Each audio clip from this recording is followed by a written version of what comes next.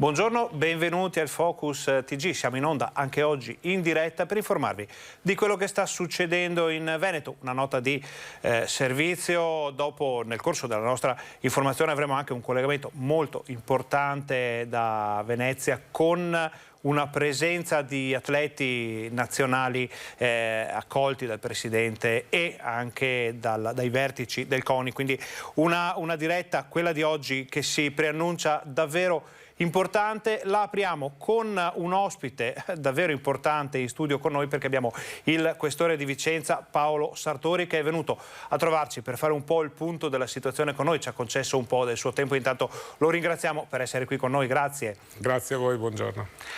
Allora, parleremo ovviamente, vista la presenza di una figura così importante, di sicurezza. Quello della sicurezza è un tema che non è mai sceso nella classifica, possiamo chiamarla così, dell'attenzione dei veneti e dei vicentini.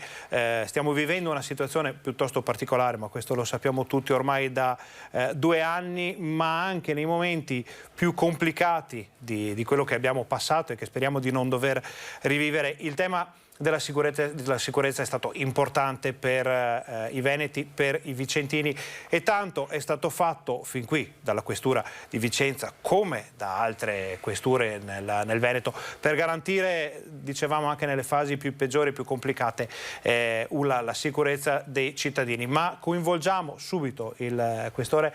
Le chiediamo, lei è arrivato qui a gennaio e le chiediamo come si è trovato, qual è stato il primo impatto con questa realtà? L'impatto è stato assolutamente positivo, si tratta di una realtà che magari anche indirettamente conoscevo, quindi sapevo fin dall'inizio che mi sarei trovato molto bene.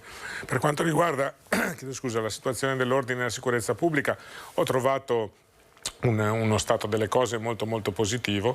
È chiaro che alcune problematiche erano emerse anche magari nel passato, e ho cercato di affrontarle anche tenendo presente quelle che sono le esigenze di tutti i cittadini, delle organizzazioni di categoria e delle varie istituzioni.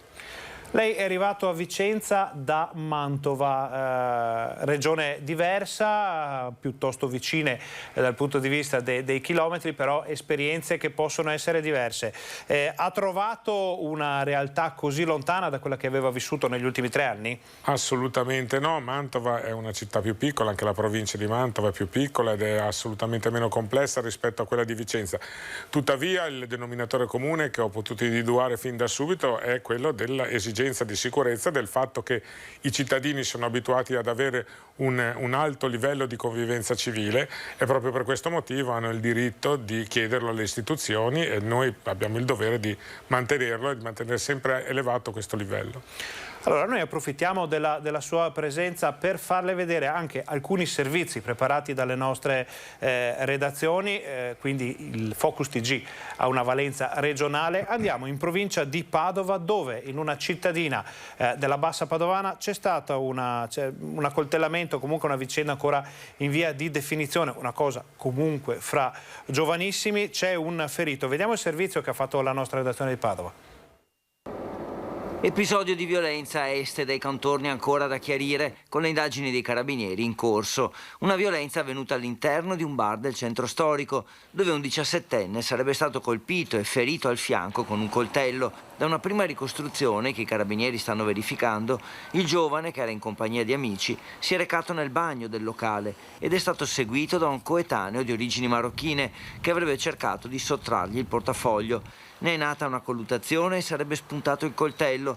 L'intervento degli altri ragazzi avrebbe evitato il peggio, mentre l'aggressore sarebbe riuscito a fuggire, inseguito dalla vittima e da altri amici.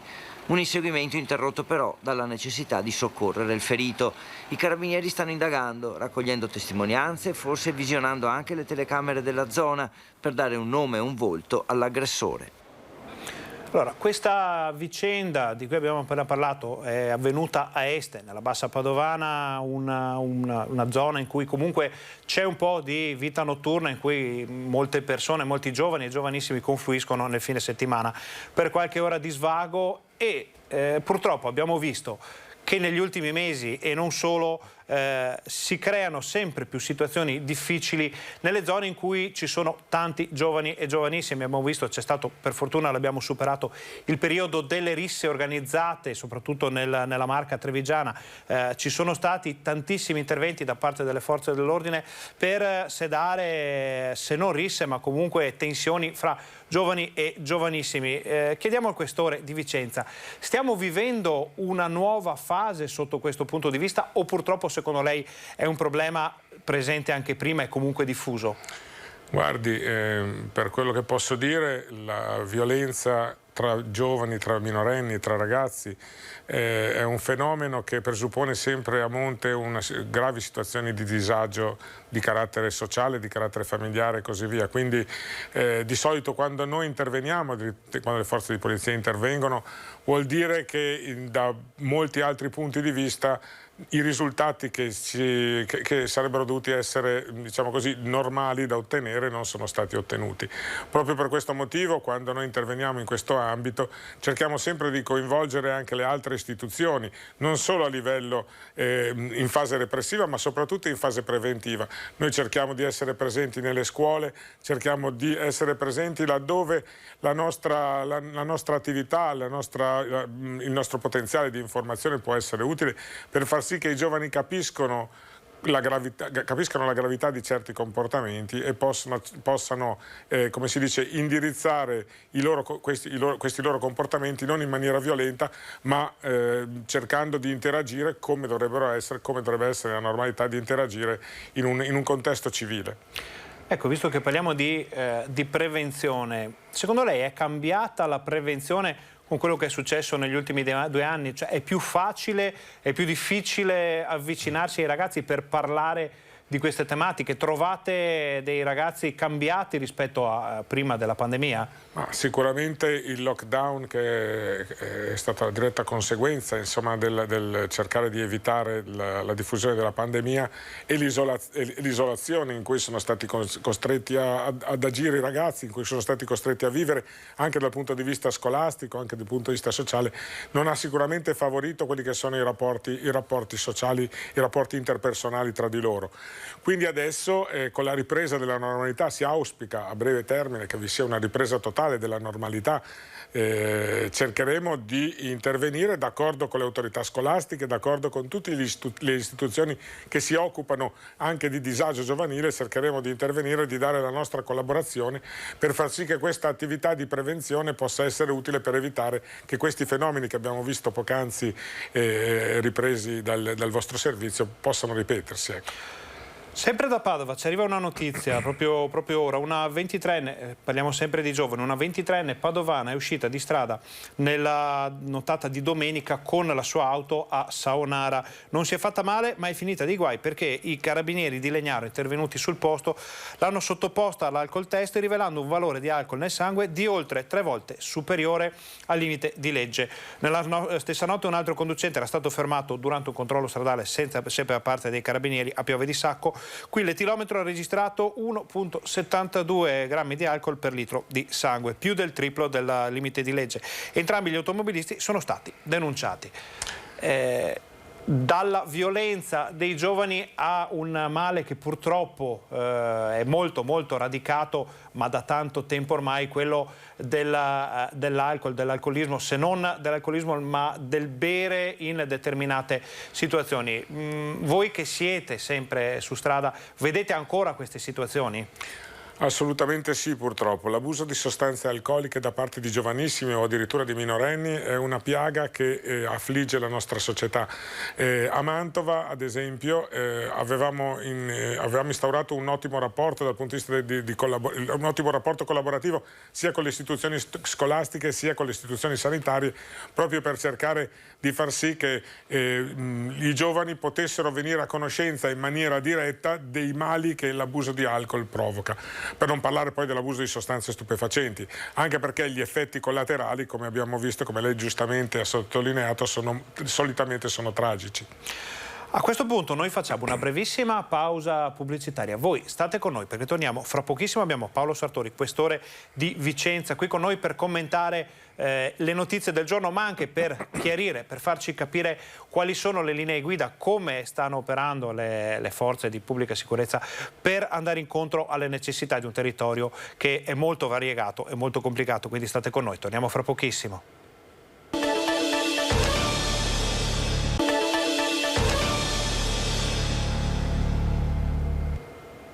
Buongiorno, bentornati al Focus TG, siamo anche oggi in diretta in onda per informarvi di quello che succede in Veneto e per capire a meglio a volte quello che succede nel Veneto.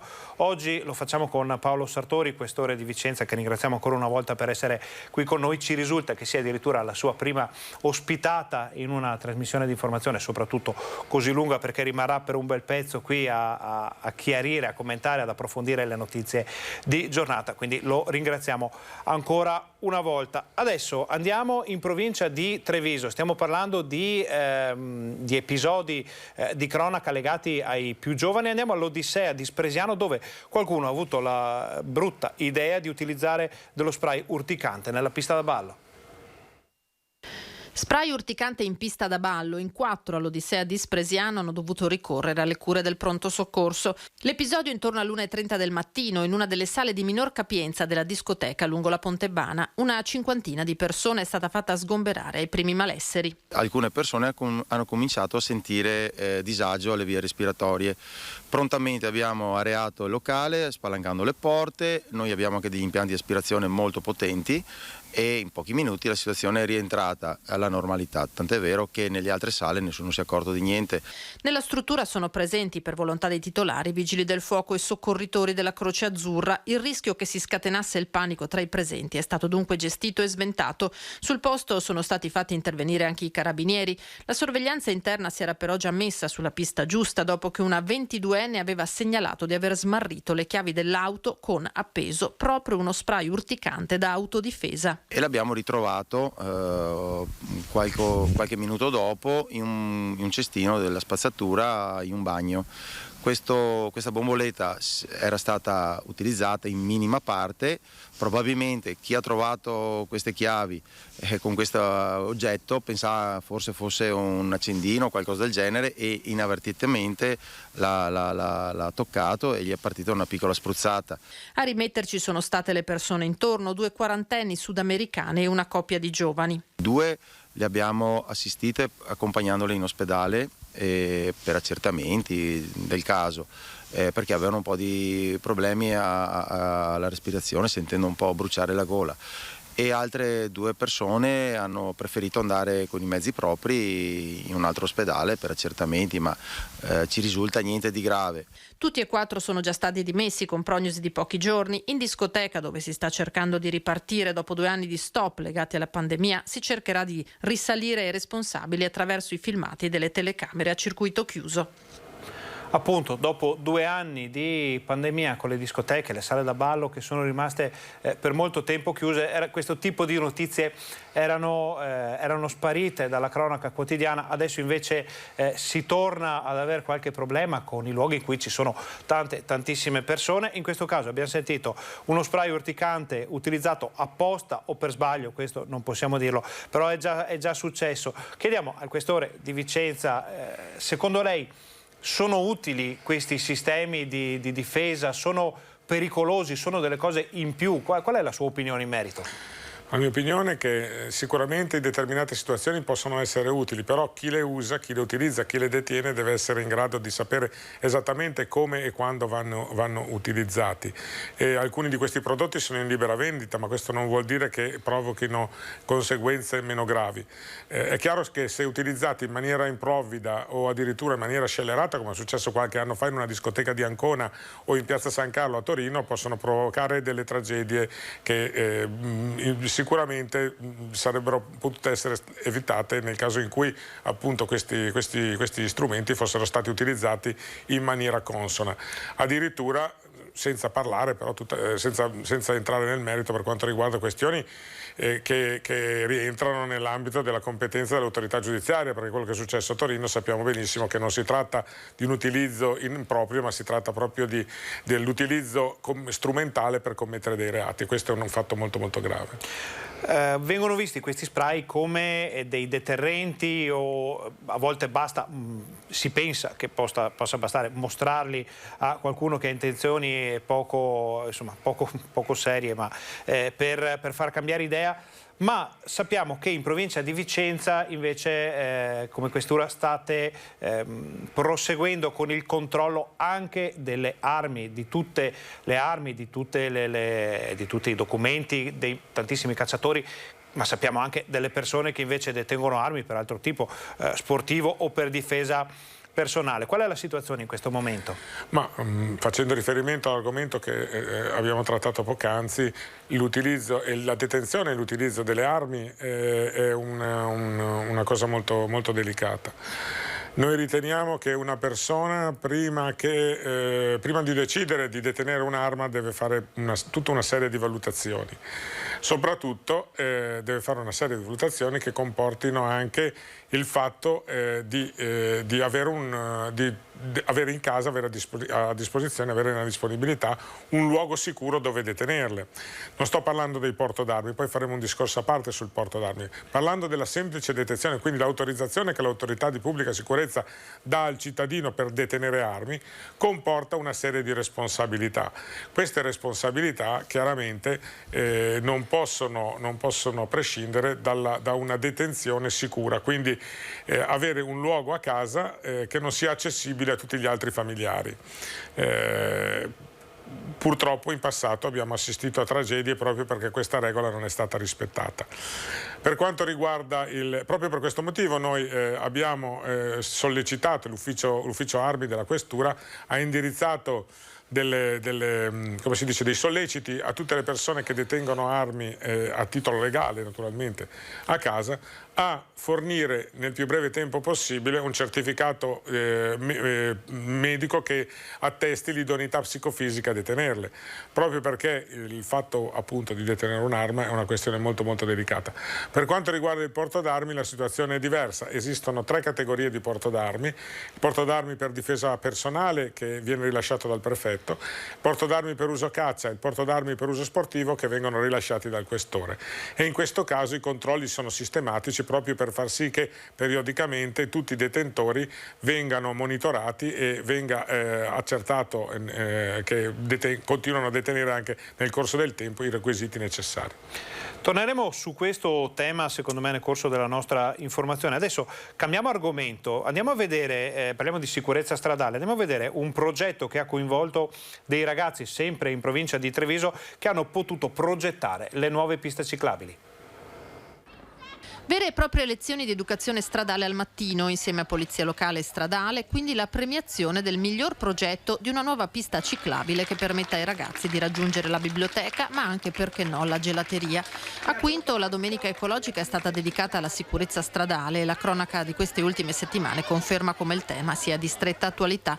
Ragazzi spesso più consapevoli dei grandi di come comportamenti corretti, anche da parte di chi come loro è pedone o ciclista, siano importanti per non farsi e fare del male in strada. E si vede che anche i piccoli hanno molto questo senso delle regole, bisogna saperglielo trasmettere a partire dalle istituzioni ovviamente rivolte all'educazione, ma prima di tutto l'educazione parte in famiglia. Qualche volta il ragazzino dice ma mio papà non ha messo la cintura, cose simili, no? Quindi si crea anche un controllo interno alla famiglia, quindi è molto, molto bello, molto importante. Ai piedi del municipio la premiazione degli elaborati di nuovi tratti ciclabili di cui il paese, secondo gli alunni di Quinta, avrebbe bisogno, premiati i ragazzi della scuola Marconi. Qua tra l'altro abbiamo strade, anche la Noelese in particolare è abbastanza complicata, quindi non è mai troppo quello che si mette in campo. Ci sono molti mezzi pesanti che passano e quindi sensibilizzarli appunto li renderà più partecipi nel valutare le sicurezze da adottare nei percorsi. E il fatto che li hanno responsabilizzati e vedono poi che quello che loro hanno fatto a scuola verrà valutato e messo in pratica ha un valore aggiunto notevole. Vincitore il progetto per collegare via Boiago allo Stiglia verso la vecchia linea ferroviaria e la scuola. Io penso, e anche loro sono d'accordo, che queste cose, anche se sono scontate, va sempre comunque sensibilizzato, va sempre integrato. Le classi che hanno partecipato hanno presentato dei progetti veramente belli e una quinta ha vinto e speriamo di riuscire a realizzare il loro sogno, quindi di poter realizzare la loro pista ciclabile. È un sogno, lo chiediamo al questore di Vicenza Paolo Sartori, una sicurezza stradale che permetta a tutti, alla mobilità cosiddetta debole, magari i bambini in bicicletta, come agli anziani, come alle persone che devono muoversi ogni giorno, di muoversi tranquillamente. Può essere un sogno, ma che deve assolutamente essere realizzabile. Se noi guardiamo i dati statistici, circa 20 anni fa in Italia vi erano circa 7.000 morti all'anno, una vera e propria strage, circa 7.000 morti all'anno per incidenti stradali.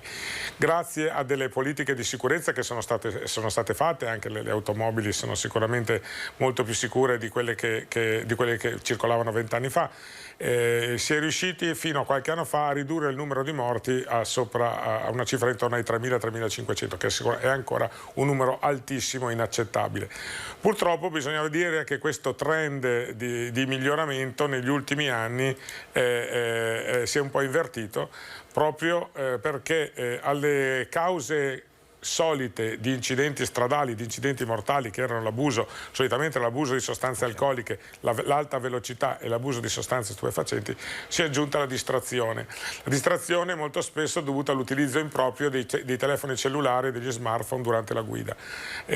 Si tratta di un comportamento che assolutamente deve essere evitato e che purtroppo, da quello che dicono anche i colleghi della Polizia Stradale, troppo spesso causa di incidenti con tragiche conseguenze. Effettivamente arrivano molte notizie da questo punto di vista, poi è sempre difficile, soprattutto se l'incidente ha esito mortale, ricostruire le cause di un sinistro, però in molte situazioni chi fa i rilievi sul campo dice, ci viene da pensare che questa persona fosse distratta, addirittura a volte era conclamata questa situazione per i risultati, proprio per il modo in cui si era verificato l'incidente. Quindi io approfitterei, andiamo a ripetere un po' una cosa che abbiamo appena detto, ma approfittiamo della presenza del questore di Vicenza qui, invitiamo le persone a usare meno possibile, scusate la gaffa, a non usare assolutamente i dispositivi finché si guida. Assolutamente, infatti in queste situazioni chi è intervenuto sul posto a fare rilievi stradali si è accorto che non vi era, tanto per fare un esempio, alcun segno di frenata. Questo vuol dire che anche qualunque persona che magari ha i riflessi non perfettamente, come si dice, non perfettamente reattivi per l'abuso di alcol, di sostanze stupefacenti, un cenno di frenata lo fa. Quando una persona è distratta solitamente non si accorge, fino al momento dell'impatto non si accorge di quello che sta accadendo. Adesso noi facciamo un'altra brevissima pausa pubblicitaria. State con noi perché torniamo fra pochissimo e andiamo a parlare della situazione della città di Vicenza, del territorio vicentino in generale, di tutto quello che la Questura di Vicenza sta facendo per la sicurezza dei cittadini. State con noi.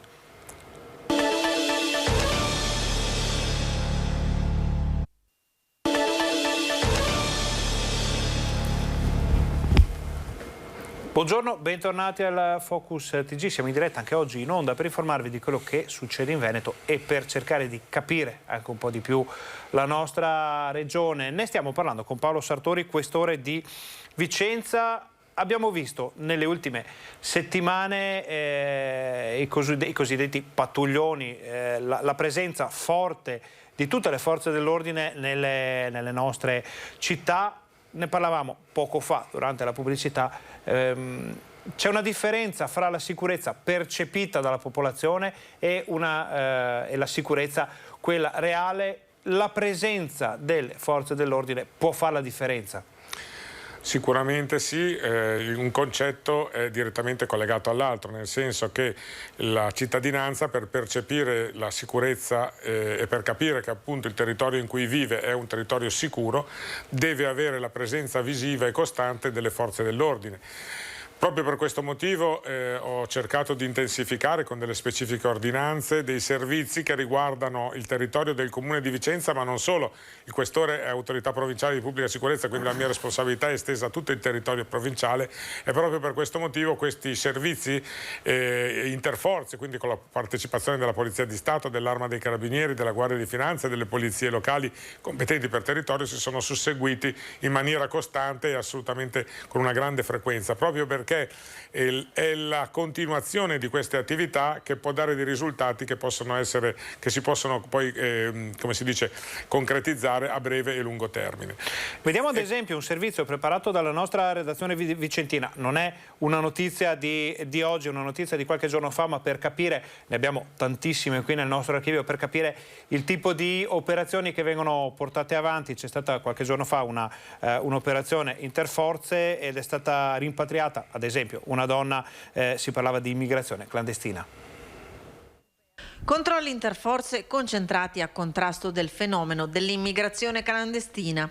Si sono intensificati nella zona dello Stadio, Viale della Pace, Viale San Lazzaro, Viale Milano, dove le volanti sono intervenute per una lite in un appartamento. A fatica sono riusciti a ristabilire la calma. La donna nigeriana, che con urla e schiamazzi aveva generato la discussione, è stata identificata. Già nota alle forze dell'ordine, è risultata sprovvista di permesso di soggiorno. A suo carico il questore ha disposto l'allontanamento dal territorio nazionale. Tra i vari interventi gli agenti hanno fermato in un posto di controllo un argentino senza patente con precedenti per furto, ricettazione, riciclaggio, porto abusivo d'armi, che trasportava un albanese e un italiano con precedenti per lesioni personali, maltrattamenti e stupefacenti. Tutti sono stati sottoposti alle misure di prevenzione personali dell'avviso orale e foglio di via obbligatorio.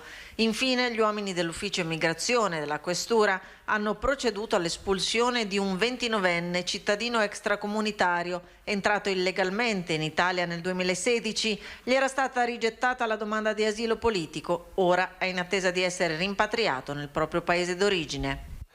Legato a doppio filo con queste tematiche c'è il tema degli immobili abbandonati, dei luoghi che possono diventare in pochissimo tempo una sede di disagio sociale ma anche degrado. Assolutamente sì, e non solo disagio e degrado, ma anche luoghi dove vengono commessi dei reati, oppure vengono occultate le sostanze stupefacenti che poi vengono immesse sul mercato locale. Proprio per questo motivo, sempre in sintonia con le altre forze dell'ordine e con le autorità comunali, abbiamo deciso negli ultimi tempi di intervenire in maniera drastica per bonificare questi edifici. È chiaro che le persone che solitamente trovano rifugio, che non hanno nulla a che fare con la criminalità, vengono assistite. Noi chiediamo sempre che vengano assistite dai servizi sociali del comune, e devo dire che i comuni sono sempre stati molto sensibili a questa problematica.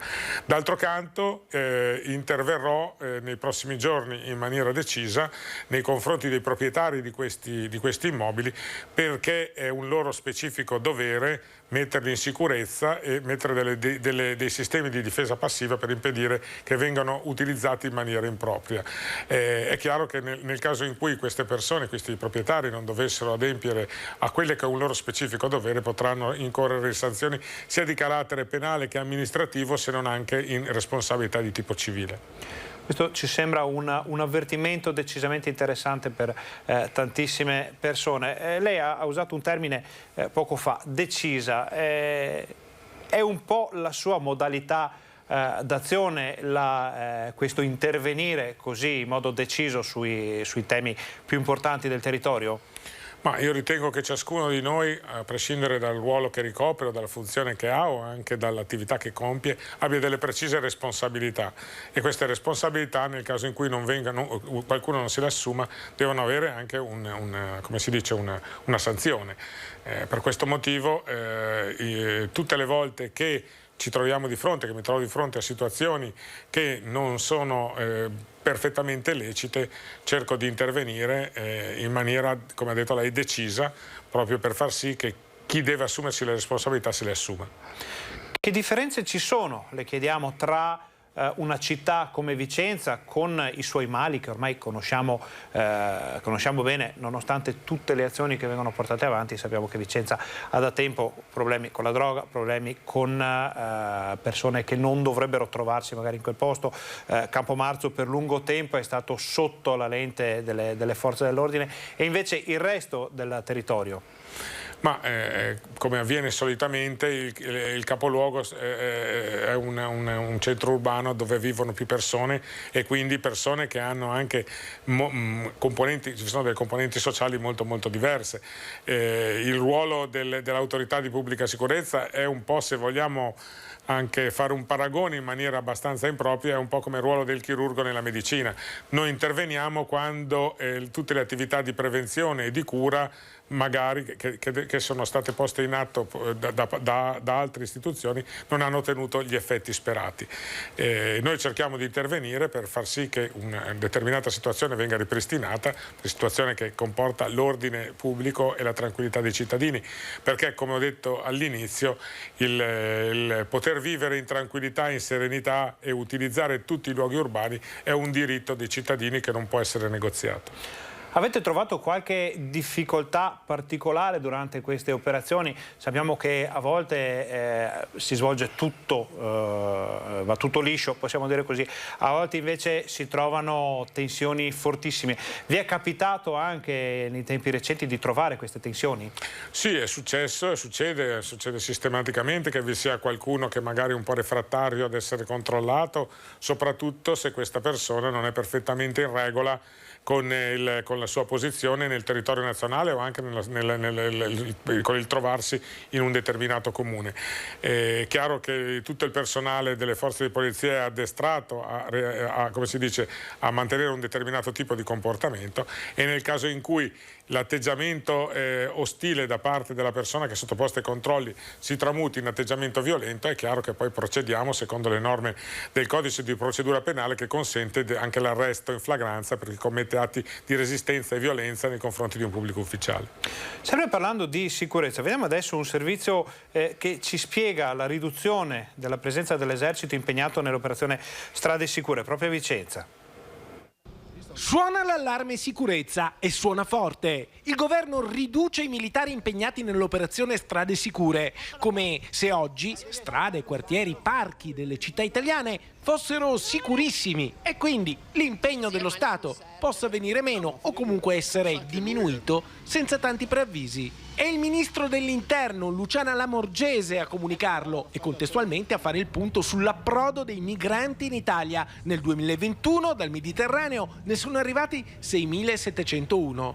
Ora è chiaro che se non c'è un sistema capace di dare una risposta convincente e di prospettiva alle migliaia di profughi approdati coi barconi, alcuni inevitabilmente finiranno ai margini, e in una città come Vicenza non è la prima volta che vengono trovati immigrati senza i requisiti per restare in Italia che passano il tempo a Campomarzo.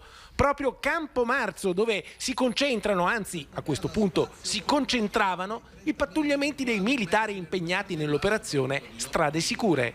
Il governo ha stabilito l'eliminazione del servizio dei militari davanti alla stazione di Vicenza, un controllo importante nella zona di Campomarzo. Tutti i vicentini sanno quanto importante sia la presenza dei militari ai fini della sicurezza, per spostarle in altre zone d'Italia, verosimilmente ai confini del paese, dove purtroppo c'è l'emergenza ucraina da gestire, però non possiamo dimenticare che Vicenza ha bisogno di controllo del territorio, ha le polizie sotto organico e dobbiamo avere quindi la possibilità di dare una risposta ai nostri concittadini. Il servizio Strade Sicure a Vicenza vedeva impegnate 12 unità militari che adesso il governo porterà via dalla città, senza tanti complimenti e senza un preavviso nemmeno al sindaco, che ora si trova di punto in bianco a riorganizzare i pattugliamenti nei parchi, nelle piazze, nelle strade forse sicure, forse non ancora. E allora portare via i militari è discutibile anche per il metodo. Il metodo, soprattutto in poche ore l'avviso, e soprattutto il merito, cioè togliere a Vicenza, Verona, Treviso tanti militari, porta un danno importante, soprattutto per i vicentini che chiedono di percepire, chiedono una sicurezza reale a tutti gli effetti. E quindi è importante che si ritorni presto, finita l'emergenza, a ripristinare il servizio. Nel frattempo ci organizzeremo con il lavoro attraverso il questore, attraverso la prefettura, per dei servizi mirati che vadano a compensare questa assenza, e lavoreremo nei prossimi giorni per essere operativi in pochissime ore. Ci pare di aver capito che la sicurezza, ma non solo la sicurezza, la gestione del territorio sotto tutti questi punti di vista sia un lavoro a tempo pieno, quindi liberiamo il nostro ospite, il questore di Vicenza Paolo Sartori, al quale chiediamo però, prima di lasciarlo andare, dove stiamo vivendo, che cosa viviamo in questo particolare momento storico nella provincia di Vicenza, ma in generale in tutto il Veneto. È un'isola felice? È cambiato tutto? Stiamo andando verso una nuova quotidianità, secondo lei? Isole felici non esistono. Sicuramente Vicenza, in paragone a tante altre città, può essere considerato un posto dove l'ordine pubblico viene mantenuto in maniera ottimale e dove tutte le problematiche che emergono anche su segnalazione espressa dei cittadini vengono affrontate in tempo reale. Proprio per questo, se devo fare una considerazione finale, vi appello a tutti i cittadini ad aver fiducia nelle forze dell'ordine e a segnalare a tutte le forze dell'ordine le problematiche che emergono durante la vita quotidiana. In questo modo ci rendono il lavoro molto più semplice e fanno in modo che tutte le nostre attività possano essere focalizzate laddove le problematiche sono più stringenti.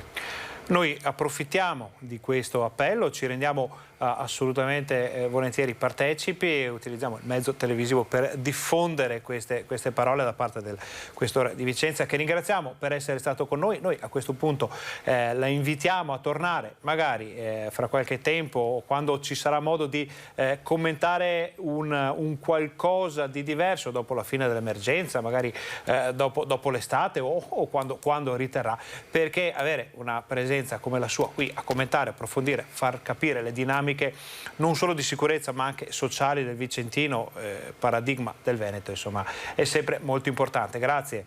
Grazie a voi e grazie a tutti gli ascoltatori. A questo punto noi facciamo un'altra brevissima pausa pubblicitaria, state con noi, torniamo fra pochissimo, fra poco andiamo anche a vedere gli atleti olimpici con il CONI e con Luca Zai a Venezia.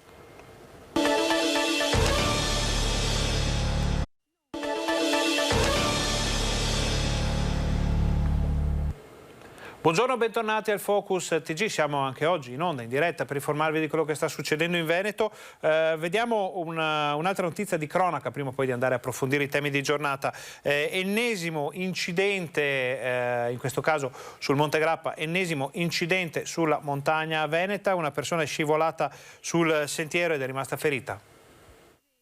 Un 54enne di Piazzola sul Brenta è rimasto ferito mentre percorreva una mulattiera sul Monte Grappa. L'uomo, che era da solo, è scivolato sul terreno bagnato, riportando un trauma alla caviglia sulla strada Cadorna. Il soccorso alpino della Pedemontana del Grappa ha inviato 5 soccorritori che si sono uniti a quelli del SUEM 118 di Crespano. Raggiunto il 54enne, l'hanno messo nella barella con una probabile frattura alla gamba e trasportato a spalla fino all'ambulanza, che ha poi raggiunto l'ospedale di Bassano. Torniamo a parlare di temi di cui abbiamo parlato finora, quindi sicurezza ma anche disagio giovanile. Andiamo a sentire le novità del Trevigiano. I ragazzi, i giovani, hanno avuto 2 anni di lockdown. Hanno avuto 2 anni dove la socialità è mancata, dove l'egoismo qualche volta e l'isolazionismo creato ovviamente da restare solo a lavorare con Facebook o comunque di fronte a un computer per ore con i videogiochi, secondo me accelerato quel processo anche di aggressività. C'è una spiegazione per il direttore generale dell'ULSS 2 dietro ai fatti di cronaca che hanno segnato l'ennesimo weekend nella Marca, con protagonisti in negativo dei giovani. Prima sabato mattina le botte fra compagni all'Istituto Besta di Treviso con un 17enne finito al pronto soccorso, poi lo spray urticante spruzzato sulla pista da ballo a Spresiano, gesti che però sono sintomi di un disagio che l'ULSS 2 vuole affrontare con nuovi strumenti. Benazzi conferma l'inserimento di specialisti. Noi contiamo di portare a casa 20-24 psicologi e una parte di questi serviranno proprio all'interno di consultori, all'interno del SERD, all'interno quindi di queste nostre unità operative che affrontano il disagio giovanile.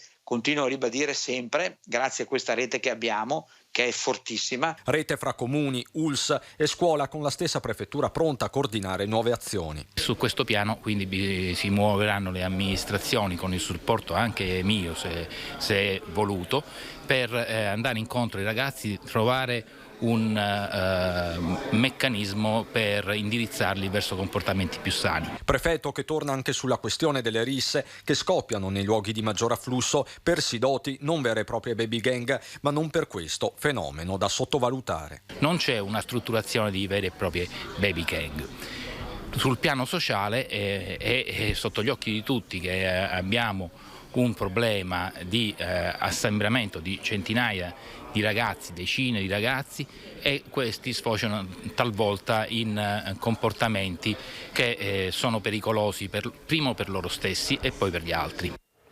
Adesso cambiamo decisamente argomento, ci spostiamo a Venezia, dove il presidente Zaia incontra a Palazzo Balbi gli atleti olimpici e paralimpici veneti reduci da Pechino. Presente anche il presidente del CONI Malagò. Dovremmo riuscire già ad avere il contributo da Venezia. Aspettiamo un ok da parte della regia e poi passiamo subito la linea al Balbi.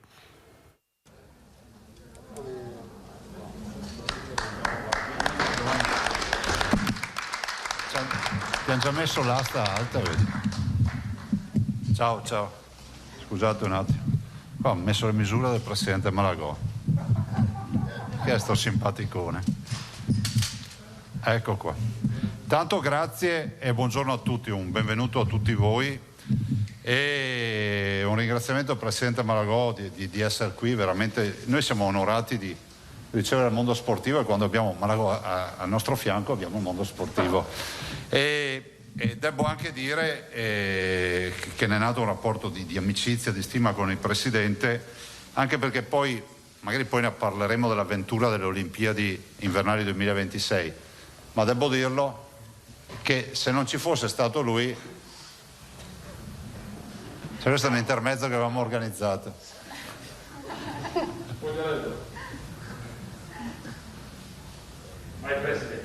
No, ma puoi lasciar lì, non c'è problema.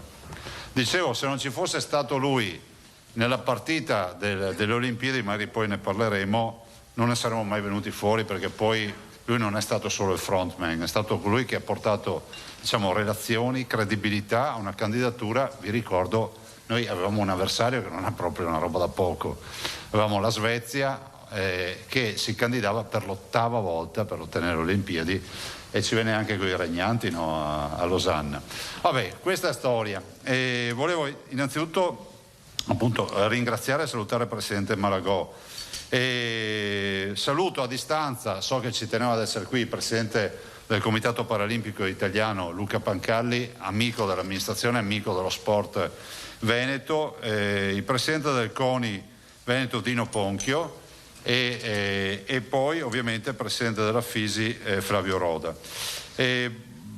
Saluto anche tra i tanti, perdonatemi se poi non ricordo tutti, guardate, ne cito alcuni, Andrea Gios, che ho visto prima, eccolo lì, presidente della FISG, ecco, Ruggero Vilnai, presidente del CIP Veneto, Luigi Valerio Sant'Andrea, che ho visto prima, eccolo lì, ciao Luigi, guardatelo bene perché poi se le opere non arrivano, ci saranno ritardi per le Olimpiadi, e lui alza il braccio, così vediamo anche il braccio che ti toglieremo. No, lo ringrazio perché lui ha dato prova di efficienza con i mondiali, abbiamo visto insomma, che abbiamo investito sull'uomo giusto. E Tommaso Santini, consigliere del CDA di Infrastrutture Milano Cortina, ecco lui che salutiamo anche il dottor Santini. E detto questo, io farei in modo che non si perda tempo, perché poi abbiamo degli ospiti da presentare oggi, qualcuno ha anche sentito il telefono, giusto? E quindi vorrei dar subito inizio a quello che è poi tutto questa manifestazione, questo evento che non durerà tanto ma sarà ricco di emozioni. Allora vorrei chiamare qui Giovanni Andrea Zanon. Con un applauso, eccolo qua.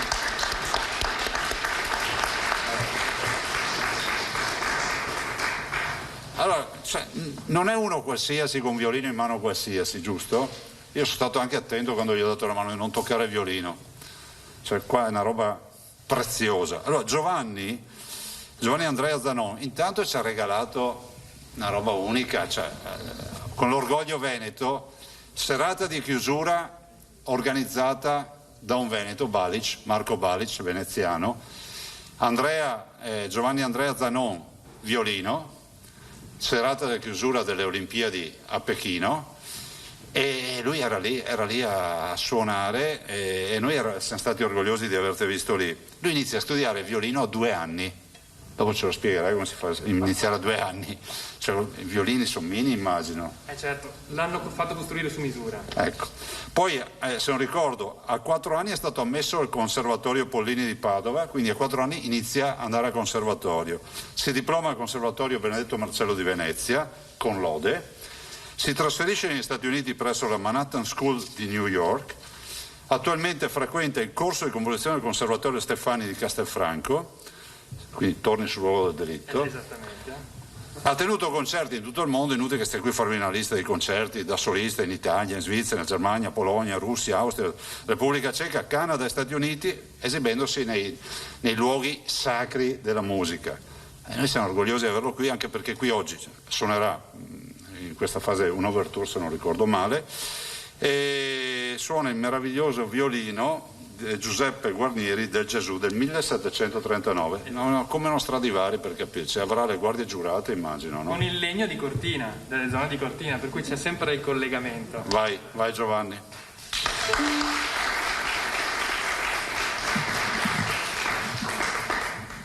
Si scusa? Non c'è problema.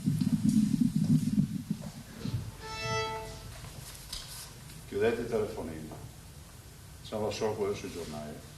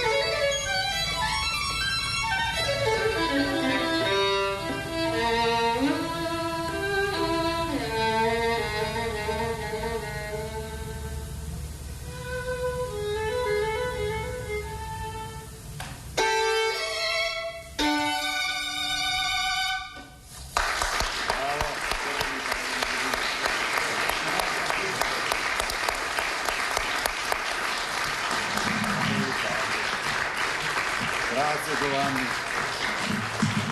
Adesso avrai anche il violino, il legno di Cortina, ma ti manca la bandiera del Veneto. No, aspettavo l'omaggio. Eccolo qua. Ah, che meraviglia. Adesso finalmente c'è il ritorno a casa, no? Esattamente. Oh, devo dirlo, non è cinese questa, non è made in Cina.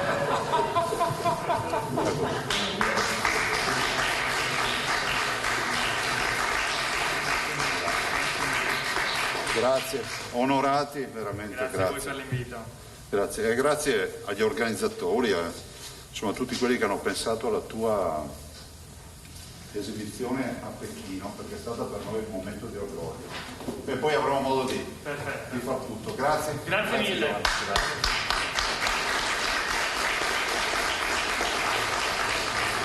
Vorrei invitare e salutare il sindaco di Cortina, Giampiero Ghedina, eccolo qua. Adesso volevo ringraziare Giampiero perché poi è città ospitante delle Olimpiadi, oltre a essere insomma la perla delle Dolomiti, il patrimonio dell'umanità, cioè mondiali di sci, insomma tutto quello, Coppa del Mondo, insomma tutto quello che c'è da dire su neve e ghiaccio, insomma passa per Cortina. Quindi grazie a Giampiero, vorrei 2 parole per Giampiero, prego. Grazie Presidente, grazie Giovanni, devo dire che è sempre un'emozione che si ripete, essere stato per il flag and over a Pechino per 2 volte alle Olimpiadi e alle Paralimpiadi, e devo dire che questo non sarebbe avvenuto certamente con questo percorso per Milano Cortina senza ovviamente il nostro governatore Luca Zaia e il Presidente Malagò. Un grande lavoro di squadra, la forza dell'Italia che siamo riusciti tutti insieme a trasmettere in quella giornata di giugno del 2019. Oggi il percorso è certamente avviato, c'è molto lavoro da fare, però quell'entusiasmo che in qualche modo ci ha fatto vincere deve essere assolutamente protagonista anche per i prossimi anni. Quindi grazie a voi atleti, ci avete fatto vivere veramente delle emozioni in quel di Pechino, ce le farete rivivere nei prossimi grandi eventi sportivi, certamente vi attendiamo poi a Cortina per le nostre Olimpiadi di casa. Grazie e grazie Luca. C'è una bandiera, evito di aprirla, ma c'è la bandiera, sono sicuro. Grazie mille, grazie. Prego Giovanni, prego. Mentre parlo me la posso dare la mascherina o no? Sì. Ciao a tutti. Sì, è quello originale. Infatti all'ingresso io ho detto se mi trovate positivo vuol dire che saltano tutti gli schemi di tutti i virologi possibili e immaginabili, perché avendolo contratto un mese fa a Pechino insomma la vedo complicata, se non altro per quello che raccontano tra virgolette gli scienziati. Ciao a tutti. Caro Presidente, caro Governatore, caro Luca, grazie. Ci tenevo tantissimo per tanti motivi, per le ragazze, le atlete, gli atleti, insomma li conosco tutti. È un atto di gratitudine che hai voluto e secondo me è bellissimo fare nei confronti dei tuoi concittadini. Conosco molto bene loro, la loro storia, le loro società, i gruppi sportivi, militari, i corpi dello Stato, quello che sia, il loro sport, i presidenti di federazione. Abbraccio Andrea Giosse che è la mia famiglia, che è la nostra famiglia. Il Veneto è stato veramente protagonista, non era affatto scontato che questo avvenisse sia alle Olimpiadi di Tokyo che alle Olimpiadi di Pechino. Fabrizio Marchetti, mentre venivamo questa mattina presto in aereo, mi ha detto che siete al secondo posto in tutta Italia. Sai, nel combinato estivo e invernale non è affatto banale. Vuol dire che c'è, abbraccio Dino Ponchio, ma insomma i dirigenti presenti in sala ci sono tantissimi, non mi posso permettere di parlare anche a nome paralimpico, ovviamente Luca Pancalli sa bene questi termini, che c'è una forte multidisciplinarità. Se andate a vedere anche le medaglie, ma anche i piazzamenti, i risultati arrivano veramente in un modo eterogeneo, eclettico. Questo è sinonimo di cultura sportiva. D'altronde ci sono statistiche, numeri di tesserati e di società affiliati che da sempre parlano come il Veneto tra i primi della classe, se non il primo della classe. Poi è chiaro, dopo 2 anni e qualche mese di Covid, insomma le situazioni ovviamente tutto, vedete siamo qui con un tampone, ci dobbiamo mettere la mascherina, tutto è reso più complicato, ma è incrollabile, diciamo, la volontà e il desiderio del Veneto di continuare a seminare e a raccogliere risultati, sia ovviamente nel livello di base sia a livello di vertice. Con Luca lo dico con franchezza, lo ringrazio, è stato molto generoso nelle parole che ha detto. Racconto, come posso dire, l'intuito, ma anche la straordinaria capacità di una telefonata in tarda sera in cui lui aveva capito che c'era una fessura che si apriva, in cui veramente in poco tempo ha portato la Regione a essere la coprotagonista del dossier olimpico. Quindi sensibilità, se volete, politica, ma sicuramente di dirigente sportivo. E poi fiducia nelle persone che hanno, penso, conoscenza e competenza della materia. Io credo, mentre lui parlava, come parlo moltissimo anche stamattina con un importante presidente di una società sportiva, io credo che ci accomuna, diciamo, la passione per ciò che riguarda il sottoscritto nei confronti del mio mondo, che Andrea, Ippolito e tutte le atleti conoscono bene, e lui con questa terra, che forse poi è il motore e l'energia con cui uno fa delle cose pazze dalla mattina alla sera e senza risparmiarsi, questo è un dato di fatto. Una terra che ovviamente, ne abbiamo parlato anche prima, il mio cognome è Malagò, è di origine veneto, abbiamo scoperto che veniamo dalla stessa città, mi ha promesso che mi tira fuori adesso dagli albi del comune, diciamo, tutto l'albero genealogico, per cui sono doppiamente felice. Credo che il Veneto è la migliore garanzia, poi Venezia sarà l'hub su cui ruoterà tutta la dinamica ovviamente della zona est della candidatura olimpica. Verona, vorrei ricordare, sarà la sede nel magnifico teatro dell'Arena, peraltro lo stadio più antico al mondo, che organizza e ospita una manifestazione sportiva, la cerimonia conclusiva delle Olimpiadi e l'apertura delle Paralimpiadi, al di là di tutto quello che ovviamente è il protagonismo degli impianti di Cortina, sia con attività dell'alpino sia con attività ovviamente di sport sul ghiaccio. Cioè il Veneto è veramente al centro di tutto.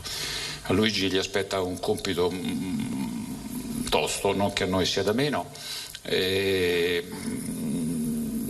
abbiamo gli occhi addosso, perché il CIO ovviamente ha finito questa mostruosa complessità di organizzazione di Tokyo e Pechino, 2 Olimpiadi senza Covid, insomma anche a Pechino io ne so qualcosa, cosa ha rappresentato rispetto a una normale Olimpiade gestire un appuntamento a 5 cerchi, adesso anche per la vicinanza di Losanna con l'Italia, non dico tutti i giorni, ma praticamente ci sono sistematicamente controlli, audit, commissioni che vengono a vedere i working in progress delle varie attività. Ecco perché appunto noi su questo dobbiamo essere assolutamente pronti e responsabili, e poi perché la gente vuole assolutamente tornare non solo in Italia, non solo nel Veneto, ma nella vecchia Europa, perché c'è bisogno anche di ricreare un'atmosfera che causa Covid non c'è stata, per cui le aspettative e le attese sono mostruose nel vero senso della parola. Il mondo ci guarda, l'Italia e il Veneto sapranno fare bella figura e soprattutto continueremo a fare quei meravigliosi risultati che ci hanno caratterizzato negli ultimi tempi. Per cui Luca, grazie al Veneto, grazie a tutti voi, viva lo sport, viva l'Italia. Grazie Presidente Malagò, e ripeto, se non ci fosse stato lui non le avremmo portate a casa le Olimpiadi, cioè, le cose mi hanno detto, se non ci fossi stato io a presentare la candidatura non le avremmo portate a casa, perché non ci sarebbe stata la candidatura. Però è stato fondamentale il ruolo del Presidente Malagò, determinante, direi determinante. Domani la notizia sarà che tu non è che sei veneto, sei della sinistra Piave, che è un'altra roba. È un problema? No, è la zona più buona. Ma al di là di questo c'è un simpatico campanilismo. C'è una bandiera anche per te. Vorrei ricordare, non lo notiamo mai, ma stavo pensando mentre ascoltavo il Presidente Malagò. Mi perdonerà il sindaco di Cortina se non l'ho aperta prima. Ma lui già ce n'ha qualcun altro, no? A lui ce l'ha. Ce l'ha in ufficio? Vabbè, quella venta, sì, io aspetto anche Guarda, in un momento critico come questo faccio notare una cosa importante. Questa è una bandiera che ha 1100 anni di storia. È l'unica bandiera al mondo che ha la parola pace all'interno della bandiera. Pax tibi, Marcio Evangelista meus. Pace a te, Marco, mio evangelista. Ecco, possiamo anche dire che non siamo mai stati guerrafondai e siamo per la pace. Bravo. Visto che ha fatto del sano campanilismo, diciamo che il fatto che è giallo-rossa a me non è che mi dispiace, questo ci tengo a dire. Devi sapere che io ho cavalli spagnoli e il cavallo è un capezzone. La Spagna giallo-rossa. È venuta a intervistarmi una giornalista col cavallo da Roma. Mi fa, ma che è della Roma? Invece era Spagna, hai capito? Quindi voi fate spesso anche confusione. Detto questo, passerei alla parte, diciamo, assolutamente centrale e vorrei dire, se fossi Cornelia, madre dei Gracchi, direi ecco i miei gioielli, quindi veramente non ho parole per ringraziarvi. E grazie di essere qui, grazie per tutto quello che fate, per come farete diventare grande ancora di più questo Veneto. E io auguro a tutti voi ovviamente di essere presenti nel 2026 e passerei alla vostra presentazione. Direi vi chiamo uno alla volta e dopo facciamo la premiazione tutti assieme. Allora, parto con il primo ovviamente atleta, René De Silvestro. Un grande applauso.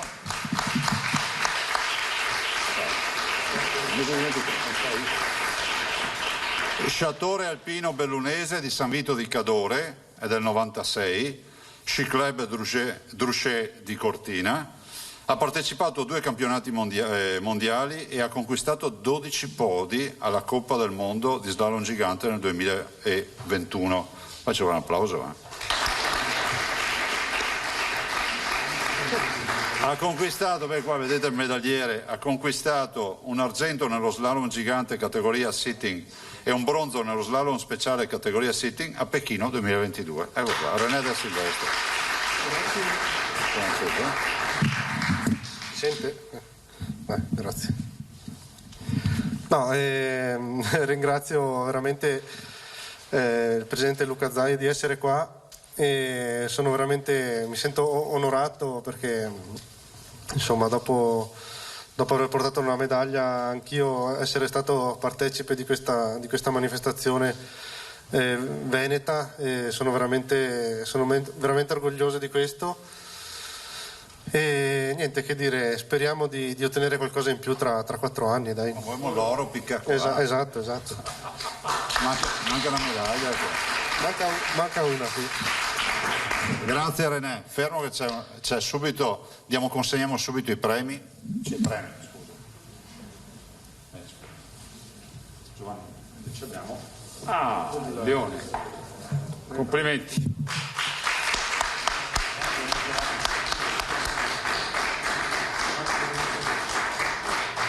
Adesso vi appoggiamo qui o se vuoi tenerlo, resta qua comunque, mettiti un po'.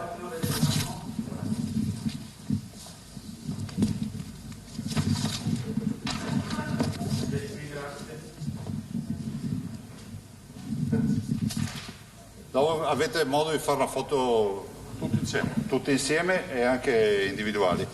Adesso passerei alla seconda atleta che ci ha fatto sognare, Stefania Costantini, eccola qua, curling. Ciao. Curling, atleta bellunese, Cortina 1999, Fiamme Oro, che ha preso parte per la prima volta ai Giochi Olimpici a Pechino 2022. Questa è arrivata lì in sordina, sistemati per le feste tutti, ottenendo la sua prima medaglia olimpica, peraltro d'oro, della storia dell'Italia nel curling, in coppia con Amos Mosaner nel doppio misto dopo aver vinto tutti gli incontri. Andrea. Stefania. Vai. The floor is yours. Questo qua. Non so se... basta, perfetto, vai. Dall'Andrea. No, io no. Voilà. Prima io? Beh, intanto grazie a tutti, grazie dell'invito, è bellissimo essere qui e festeggiare nella nostra regione, noi veneti, quindi è un onore e anch'io condivido il pensiero di René. Adesso il nostro obiettivo sicuramente è tra 4 anni rappresentare l'Italia al meglio proprio a casa, quindi dai, festeggiamo per il passato e anche per il futuro come buon auspicio. Brava. Io ho un ruolo marginale, questi sono gli atleti, il merito è essenzialmente loro. Io voglio ringraziare Giovanni e ovviamente anche Luca per questa meravigliosa cerimonia, perché credo che vada dato merito a questi ragazzi che fanno degli sforzi incredibili, che fanno un'attività sportiva straordinaria, che sono dei campioni e dei talenti incredibili, e va dato merito anche al CONI e agli enti territoriali che ci danno la possibilità di fare sport, di fargli fare sport, di essere presenti negli impianti sportivi con una disciplina spesso difficile da portare avanti. Quindi grazie per questa buona idea di dar merito a questi campioni straordinari. Grazie.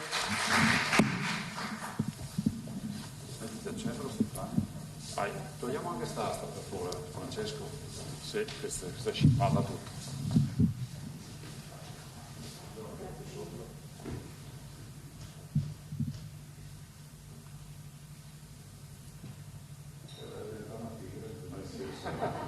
Già vai.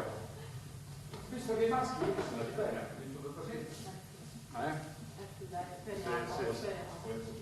stai facendo il tifo, sì? Ovvio, certo. In caso gli vai a dare una mano? No. Fanno benissimo da soli. Prossimo atleta, Filippo Ambrosini, pattinaggio, eccolo qui. Ciao Filippo, mettiti al centro. Pattinatore artistico su ghiaccio e vicentino, compaesano di Andrea, insomma dell'altopiano, Asiago del 93, Ice Lab, che gareggia in coppia con Rebecca Ghilardi, giusto? Precedenza del 2011 al 2015, ha pattinato insieme ad Alessandra Cernuschi, disputando con lei 2 campionati europei e vincendo un bronzo ai campionati italiani. E dopo una stagione con Alexandra Jovanna, nel 2016 ha formato una nuova coppia con Ghilardi. Complimenti.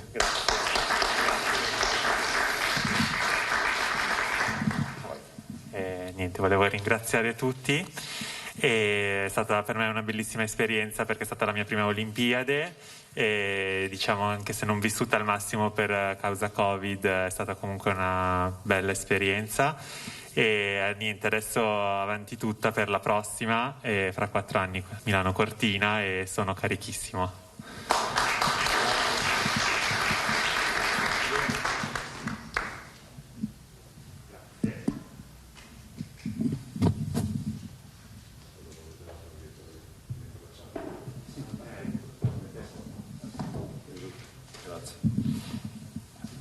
Anna Comarella, eccola qui. Prego, ciao Anna. Fondista, ciao. Sci di fondo, fondista bellunese, Cortina 1997, Fiamme Oro, classificatasi seconda ai campionati mondiali juniores del 2017 a Park City, USA, e 33esima nella Coppa del Mondo nel 2021 a Kuusamo, Finlandia. Complimenti. Ci tenevo anch'io a ringraziare tutti come i miei colleghi, i miei compagni di sport, perché questa è veramente un'emozione essere qua col presidente della regione e del CONI, perché non è da tutti i giorni incontrare comunque 2 personaggi di spicco così, è veramente un onore, sono molto emozionata e spero di ottenere dei buoni risultati, sicuramente migliori di quelli che ci sono stati a Pechino quest'anno, che purtroppo non è stata una grande stagione per me, però siccome saranno a Milano Cortina spero che saranno delle buone Olimpiadi per me e per tutti quanti. Grazie. Diciamo anche una parola sulla tua collega che l'hanno fermata stamattina. Vado? Sì, diciamo che non c'è, basta. Appunto. No, mi dispiace. Un abbraccio. Sì. Ok. No comment, allora. È la vita. Sì, purtroppo, purtroppo questo Covid insomma condiziona molto le nostre vite anche sportive, infatti a Pechino è stata dura anche per quello, perché insomma non è facile tutti i giorni, diciamo, stare un po' con l'ansia di sapere se il giorno della gara avrai il Covid o meno, perché insomma punti 4 anni su quell'evento e non è facile, quindi anche dal punto di vista emotivo è difficile. Però... Sa qualcosa, Presidente Malagò? Esatto. Grazie. Prego. Grazie. La verità è che il Presidente Malagò deve scrivere un libro sul Covid e voleva provare l'esperienza più il brivido. Ferma che abbiamo il leone anche per te, prego.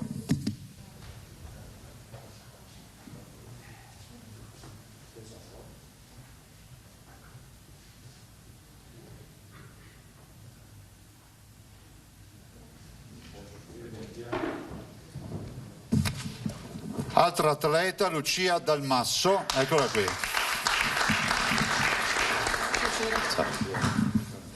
Io l'invidio questa disciplina, snowboarder bellunese, Falcade 1997, ski team Fassa, campionessa italiana di slalom gigante parallelo e di slalom parallelo e campionessa italiana assoluta di slalom gigante parallelo nel 2021.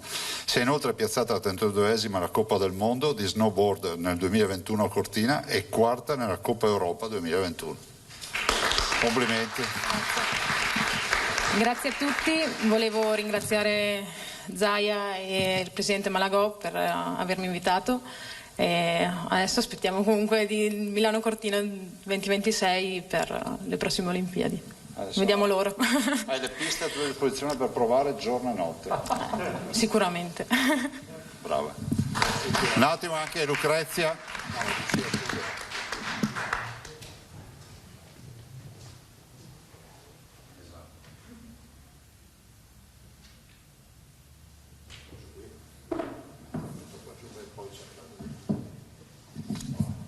Altro atleta, Lucrezia Fantelli, eccola qui.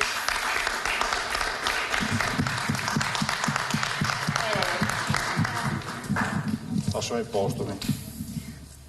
Benvenuta, ciao. Grazie.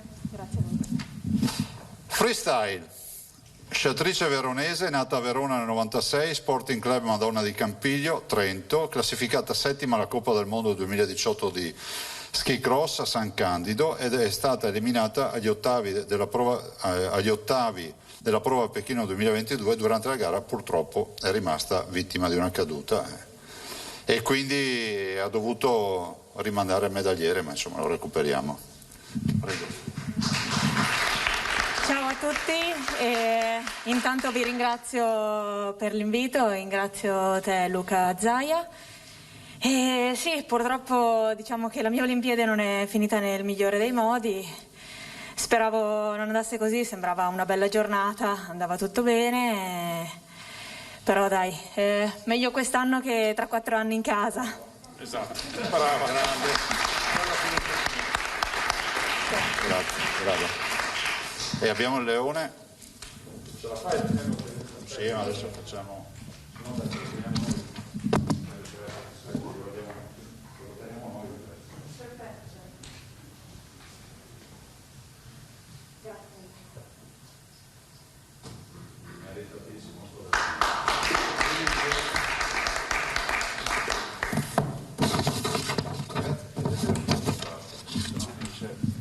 dalla stanza. Altro atleta, Mattia Gaspari, skeleton.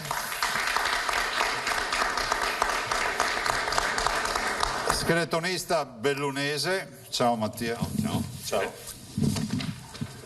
Di Cortina 1993, Fiamme Azzurre, ha vinto la prima medaglia mondiale in assoluto per l'Italia nella storia dello skeleton, ottenuta nell'edizione di Altenberg 2020, quando vinse il bronzo nella gara a squadre in coppia con Valentina Margaglio. Bravo Mattia. Sì. Beh, grazie mille al governatore Luca Zaia e al presidente Malagò per ospitarci qui. È un onore essere qui, soprattutto devo dire con due mie compaesane, in direi 3 sport diversi, che non è da poco, per un paesino di 5.600 anime, e René è lì vicino, quindi direi che è un onore, esatto. No, che dire, è stata una bellissima esperienza, appunto peccato per il Covid. Era la mia prima Olimpiade, all'ultima diciamo che Lucrezia sa cosa vuol dire fortunarsi, me le sono dovute vedere da casa in stampelle e non è stato bello, però ce l'ho fatta tornare e sono qua e adesso guardiamo bene per Milano Cortina, avendo la pista dietro casa, infatti c'ho già l'ansia sul groppone che... e grazie.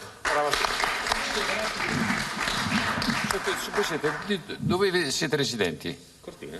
Tutti a Cortina? Sì. Poi diciamo che le Olimpiadi a Cortina non si dovevano fare. Beh, roba.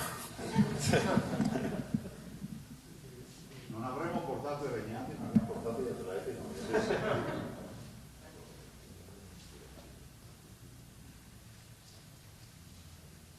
Grazie Mattia.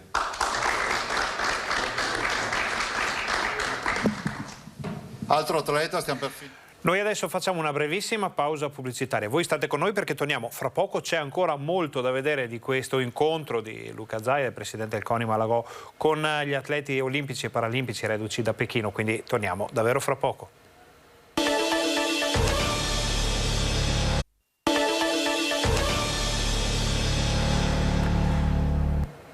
Buongiorno, bentornati al Focus TG. Torniamo subito a Venezia per vedere il seguito di questa importante conferenza stampa, questo incontro di Luca Zaia con il presidente del CONI Malagò e con gli atleti. Davide Ghiotto, skating.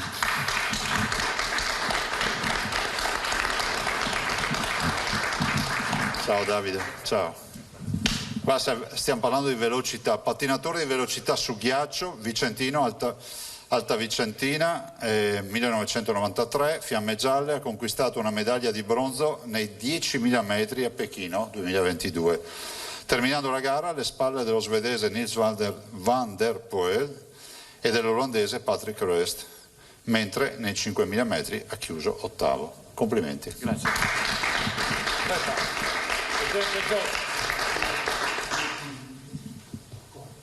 Skating.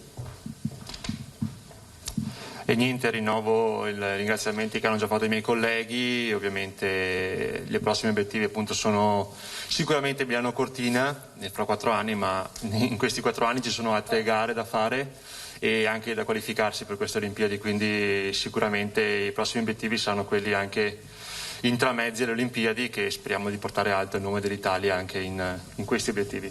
Grazie. Presidente,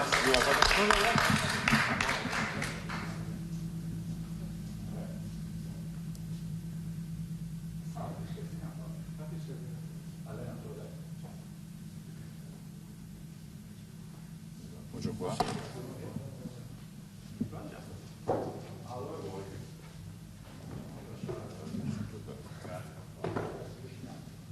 Ultimo atleta presente, e lo salutiamo con un grande applauso, Tommaso Leoni, snowboard.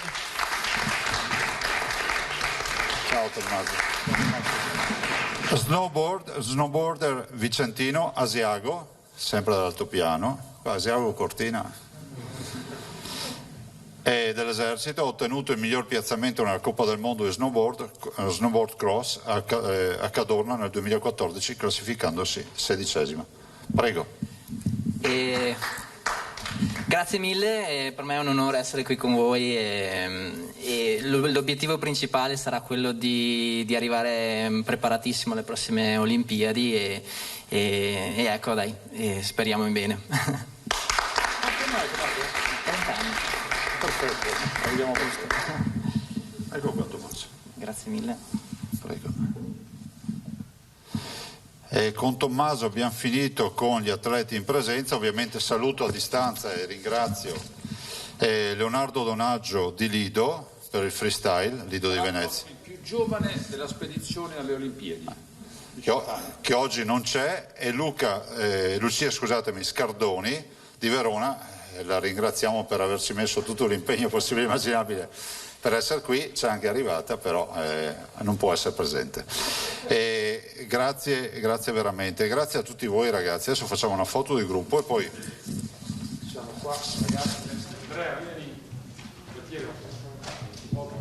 Se venite per la foto di gruppo e poi ci sono ancora 2 cose, poi via.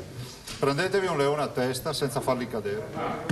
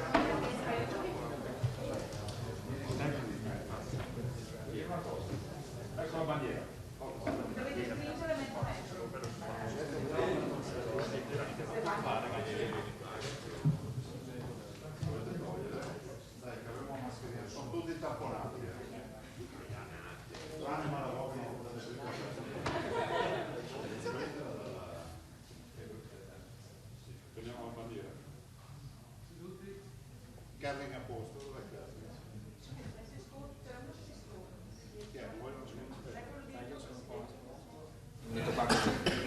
Aspettiamo qua con gli atleti.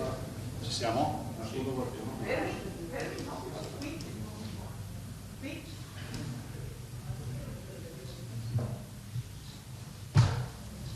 Ancora un po'? Non siamo più la pellicola, siamo in scala. No, da me devi cambiare la foto. Grazie. Grazie a voi.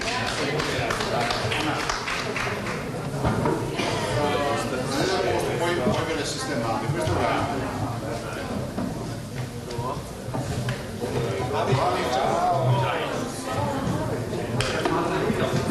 fermi tutti a posto, non è finito. Adesso intanto ci congediamo con gli atleti che tornano al loro posto. Oh, te lo porta lui Lucrezia. Grazie ragazzi, grazie, mi raccomando. Grazie, ciao ragazzi, ciao. Allora, velocissimamente adesso. Siccome volevo far emozionare il presidente Malagò. Filmato? C'è un filmato. Chiudete le luci prima di far partire i filmati. Voglio fargli scendere la lacrima. Ladies and gentlemen, the members of the International Olympic Committee have elected the host city of the Olympic Winter Games 2026. The host is Milano Cortina.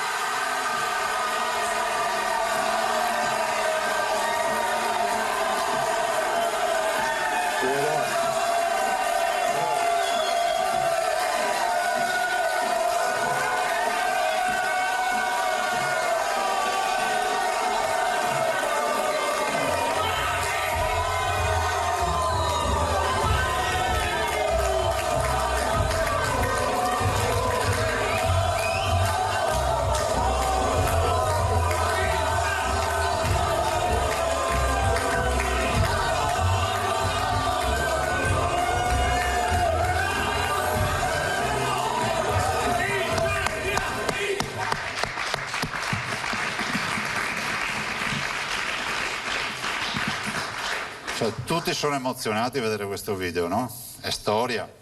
Però nessuno ha notato cosa ha fatto la principessa all'inizio del video. Quando c'è stata la proclamazione hanno inquadrato gli svedesi. La principessa ha fatto così nella sedia. No, ma si vede bene, cioè si è stesa. Sì, insomma l'abbiamo visto tante volte. C'è la vittoria dell'Italia, perché lì abbiamo fatto squadra, che è fondamentale.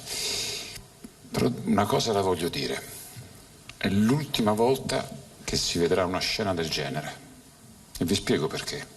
È talmente cruento tutto, è talmente bello per chi vince, è talmente doloroso per chi perde, che ha investito anni non solo in soldi, in energie, in speranze, in costruire un dossier. Poi ci sono anche delle ricadute psicologiche sui territori che hanno perso, anche politiche, che da quell'elezione, è stata l'ultima, dopo una serie di battaglie, addirittura spesso c'erano 5 città che dovevano arrivare al barrage a 2 città o 5 nazioni, il CIO ha completamente cambiato le regole. Cioè, c'è una commissione a monte che valuta esattamente come stanno le cose. E abbiamo veramente goduto di questa soddisfazione che tutti quanti, il Veneto ovviamente in modo particolare, le federazioni hanno dimostrato di mettere valore aggiunto. Ci tenevo a dire una cosa, me l'ho scordato mentre parlavo, e non sono ruffiano, zero, voi sapete che c'è da dire, attacco anche. Col Veneto si lavora veramente bene. Tutte le persone con cui io collaboro mi dicono sempre che, cito una persona, Maurizio Gasparini, direttore generale, veramente un rapporto eccezionale. Guardate che non è sempre così, e questa è la dimostrazione quando la politica, al di là degli enti locali, al di là di quello che rappresentano, e lo sport lavorano, oggettivamente i risultati sono strepitosi. Grazie Luca. E adesso, se spegnete le luci, c'è l'ultimo video. Sì. E poi le domande per i giornalisti, prego.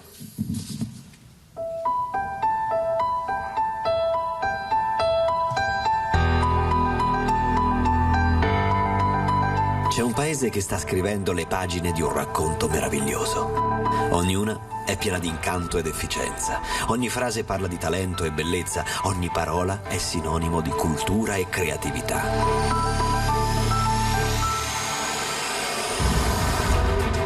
È l'Italia, con i suoi paesaggi unici. È un viaggio in un paese meraviglioso. Un viaggio che si chiama Milano Cortina 2026.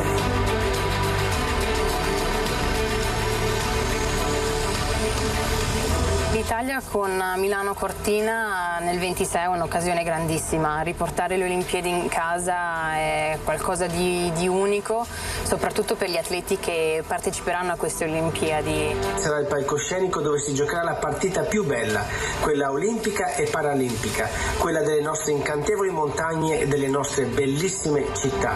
Unite per la prima volta per raggiungere un unico obiettivo, il cuore di ogni tifoso. È così che lo sport cambia il mondo, perché infiamma i cuori di tutti, ma soprattutto è ispirazione per i più giovani. Secondo me lo sport è come se fosse maestro di vita, vedo proprio che ti insegna le regole, ti insegna il rispetto, ti insegna ad avere un obiettivo e lavorare per raggiungerlo. E da papà, avendo 4 figli, e comunicare veramente che lo sport ti dà quella marcia in più indiscutibile è fondamentale. Le Olimpiadi sono capaci di tenerci tutti insieme uniti sotto un'unica bandiera, quella dello sport. Non importa che tu sia in pista, nella tua corsia, che tu sia sugli spalti a tifare o dall'altra parte del mondo. L'emozione delle Olimpiadi è anche tua e ti appartiene. Sarà davvero un'opportunità grande di dar lustro al nostro paese e di mostrare al mondo chi siamo. Lo facciamo sempre per l'ennesima volta. Siamo un popolo di sportivi e molto competitivi. Essere un atleta e vincere per il tuo paese è la cosa che più ci rende orgogliosi. È quello che ci permette di essere uniti attraverso lo sport. L'emozione che c'è nel cantare l'inno, io mi rendo conto che quando si canta l'inno di Mameli anche le altre nazioni si sentono un po' parte di quell'inno. Penso che le Olimpiadi in Italia di Milano Cortina 2026 quasi sicuramente saranno le mie ultime e spero di poterci essere, di poter dare la mia zampata finale. Milano Cortina 2026 sarà l'occasione per far innamorare il mondo. L'Italia, con la sua bellezza e la sua capacità di affascinare e la sua storia, è pronta. Sarà la vittoria dello sport, ma sarà anche la vittoria di tutti. I sogni possono portarci ovunque, in pista, sulle cime di una montagna, tra le nuvole.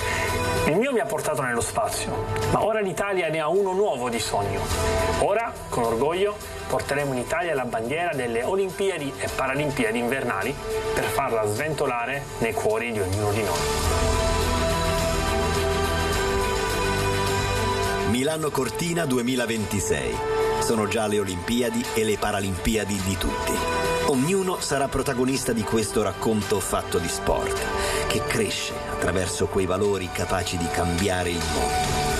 Siamo i prossimi, la prossima vincente storia italiana.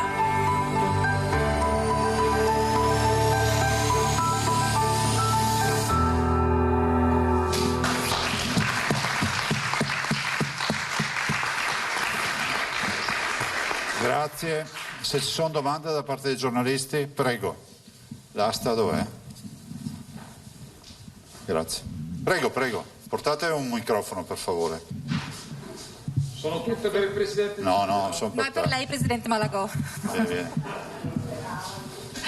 Sono Angela Pederiva, Gazzettino. Buongiorno Presidente. Mi pare che ad atleti siamo messi più che bene. Ad impianti invece lei ha rinnovato nei giorni scorsi preoccupazione sulla tempistica. L'aveva già detto qui a Venezia, l'ha ribadito dopo questa ultima seduta della Giunta Nazionale del CONI. Ha detto siamo ad aprile, dovremmo essere ai test e invece siamo qua, alludendo al fatto che siamo fermi, almeno così ci è parso di capire. Vorrei chiederle cos'è che la preoccupa di più e si vede differenze in questo senso tra il versante Cortina e quello Milano, cioè tra Veneto e Lombardia, se le difficoltà sono equamente divise o se vede concentrazioni di criticità in qualche area. Grazie. Guardi, per fare una precisazione, non è che io ho detto siamo ad aprile e dovremmo oggi fare i test, no? Questo diciamo è mal riportato o quantomeno mal interpretato.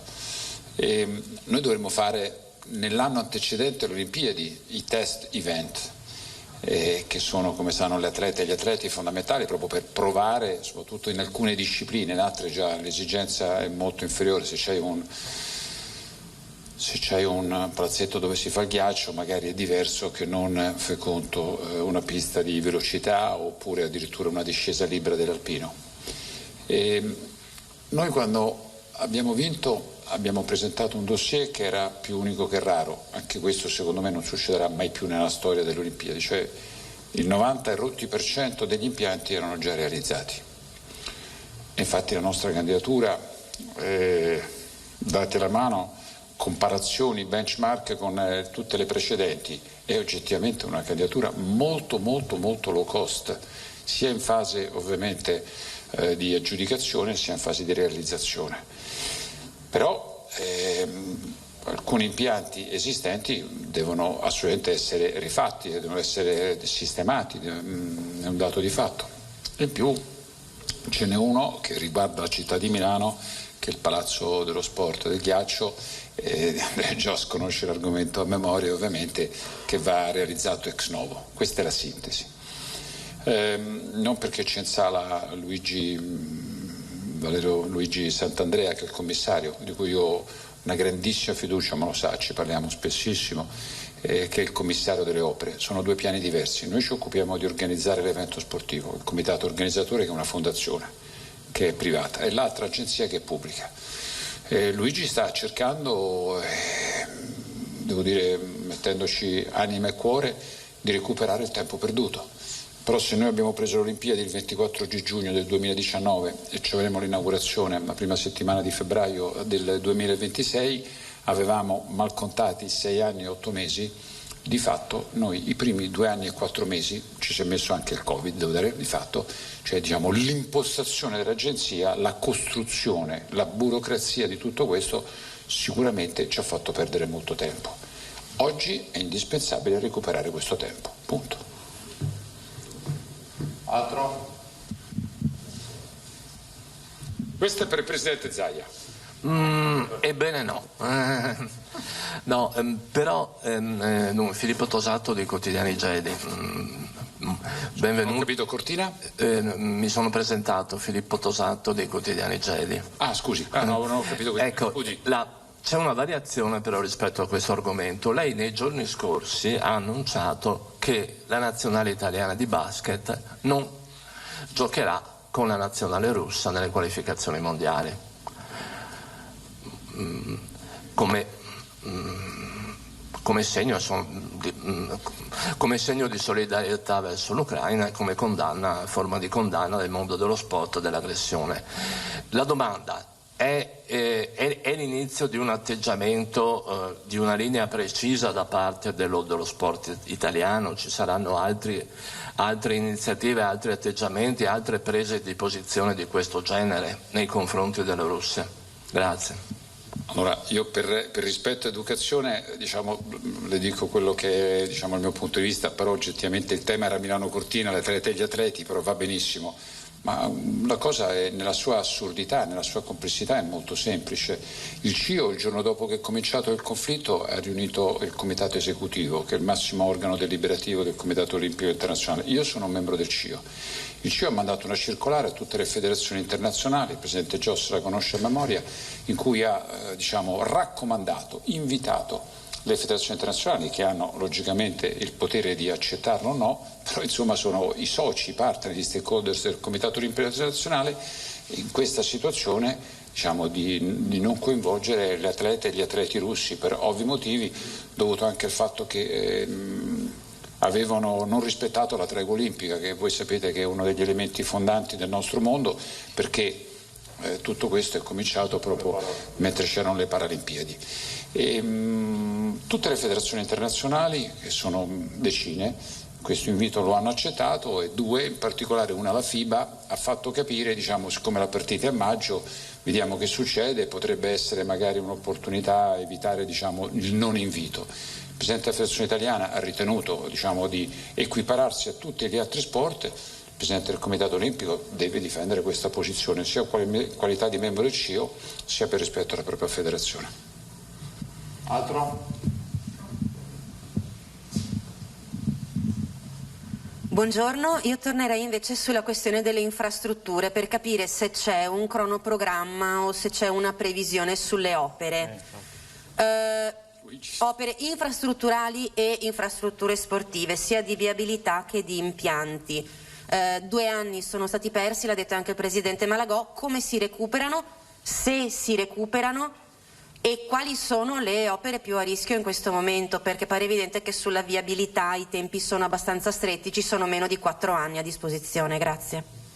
Posso dire una cosa? Sì, lei è Silvia Madiotto del Corriere del Veneto. Sì, una cosa importante, adesso la parola al Presidente Zaia, io su questo argomento non c'entro nulla, secondo me è anche importante che possa venire il Commissario Sant'Andrea, sempre per precisazione, per cognizione dell'argomento. Fino a 2 aggiudicazioni di Olimpiadi fa, uno doveva presentare un dossier in cui insieme agli impianti sportivi doveva scrivere com'è il tuo aeroporto, quante piste c'ha. Se tu prendi una macchina dall'aeroporto e arriva un atleta, uno sponsor, un giornalista, la strada che lo accompagna fino all'albergo, l'albergo come ridotto dall'albergo per andare alle piste o andare allo stadio, e la metropolitana e al tempo stesso le tangenziali. No, tutto questo non esiste più nell'ambito di un dossier.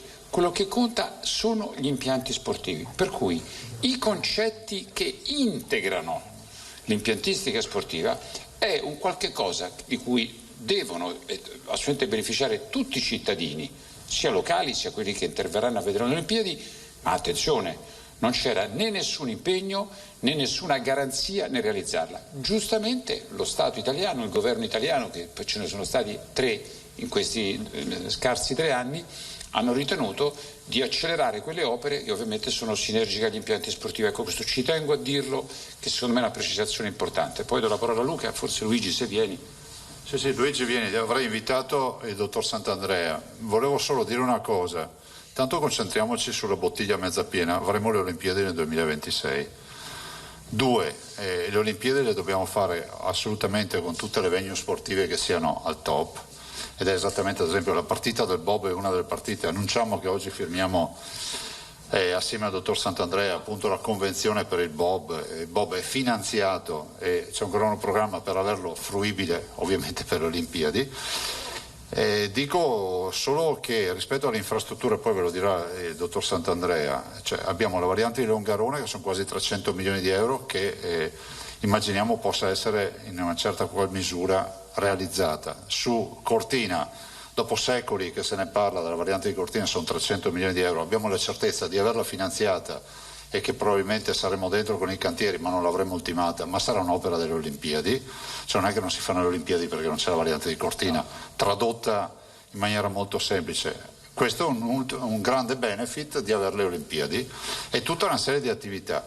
Sulle venue sportive vi ricordo, anzi sulle opere in generale dello sport, vi ricordo che noi siamo impegnati su molti fronti, Bob, il tema ovviamente di tutto quello che sono le attività sportive, ma anche la Medal Plaza, cioè Cortina tutti parlano, però alla fine noi andremo a recuperare il trampolino, verrà fatta una Medal Plaza, diventerà cioè la città avrà comunque il curling, piuttosto che ricordiamoci anche tutta la partita, ma insomma c'è lo stadio del curling, dobbiamo farlo per forza, dobbiamo portare a casa medaglie d'oro lì e poi nostre ovviamente ecco, mi raccomando. E poi l'altro discorso invece è relativo a tutto il tema del villaggio olimpico. Sul villaggio olimpico abbiamo ovviamente dei grossi investimenti da fare che ci permetteranno ovviamente di ospitare gli atleti, tutti i giornalisti eccetera, c'è un movimento pauroso dal punto di vista numerico, ma poi lasceremo in eredità a Cortina delle strutture che non verranno smantellate, quindi andranno a favore di tutti gli stagionali, tanto per dire, no? Tutti quei lavoratori che inevitabilmente a Cortina non trovano alloggi quando devono fare la stagione, o gli studenti, gli ostelli eccetera. Prego. Io ringrazio il governatore Zaia e il presidente Malagò. Grazie ancora per l'invito di oggi, che è un evento particolarmente importante e ci ho tenuto a essere presente. Confermo le parole del Presidente e del Governatore, la società è stata recentissimamente costituita, il decreto che mi nomina commissario di governo per una serie di investimenti stradali. Quindi in Veneto abbiamo appunto il passante Longarone e la tangenziale di Cortina è ancora in via di perfezionamento. A breve ci sarà un altro decreto del Presidente del Consiglio dei Ministri che individua con chiarezza quegli interventi che non possono non essere completati per l'evento olimpico e quindi per consentire la fondazione e quindi gli atleti di fare i test event.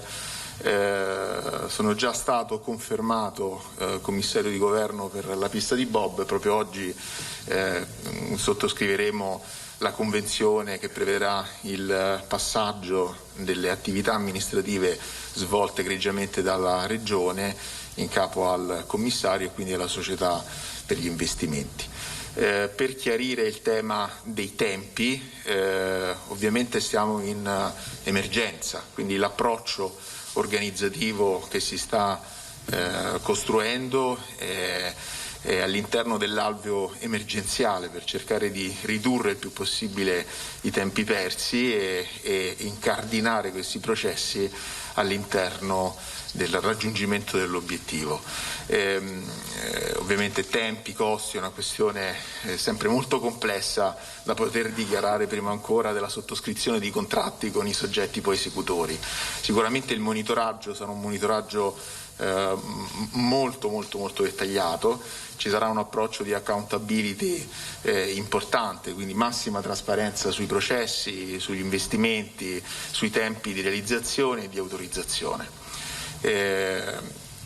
Come commissario, come società e poi insieme alla Fondazione, insieme alla Regione organizzeremo un percorso molto dettagliato per dare un'informazione ai cittadini costantemente per cercare anche di anticipare quelli che possono essere le divergenze temporali e individuare le soluzioni B per fare l'evento, perché l'evento sportivo, come ha detto più volte il Presidente Malagò, si farà e si farà benissimo. Grazie a tutti. Grazie. Se non ci sono altre domande io chiuderei. Cristina Giacomuzzo, Giornale di Vicenza. Prego. Buongiorno. Allora, volevo prima di tutto chiedere una specificazione. A Sant'Andrea aveva parlato di un decreto che è in arrivo.